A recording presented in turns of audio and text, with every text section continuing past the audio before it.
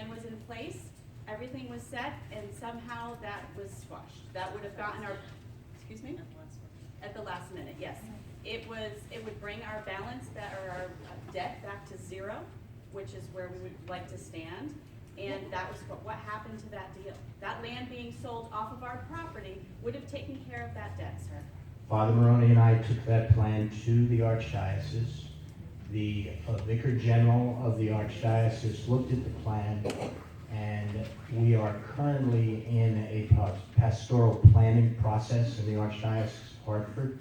What does that mean? There were surveys sent out to all parishioners. I guess it was almost a year ago now.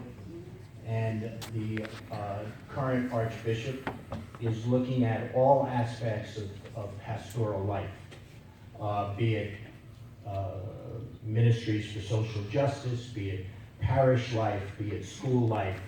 He's looking at all those things.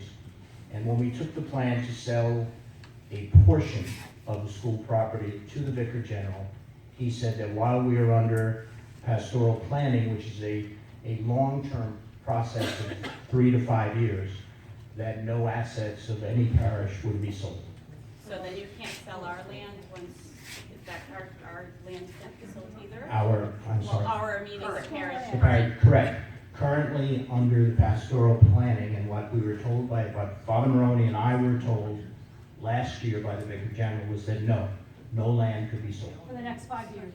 No, not while pastoral planning is going on. Is it Pastoral still going planning is a 3 to 5 year window. on? Pastoral planning could be over in 3 years, or it could be over in 5. I don't That'd know be the answer to convenient. that question.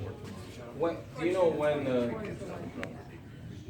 if we did sell the property, we'd just be settling the debt. We'd be down.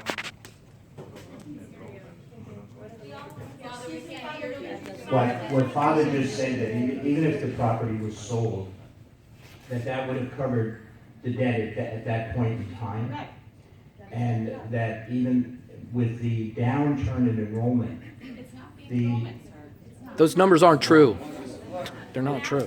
John, two points, to Father Creighton's point. We did submit 2 budgets, both of which balanced, both of which were reviewed based on at least the representation of 3 individuals who looked at the 5-year balance of all advancement, and were very confident with those numbers.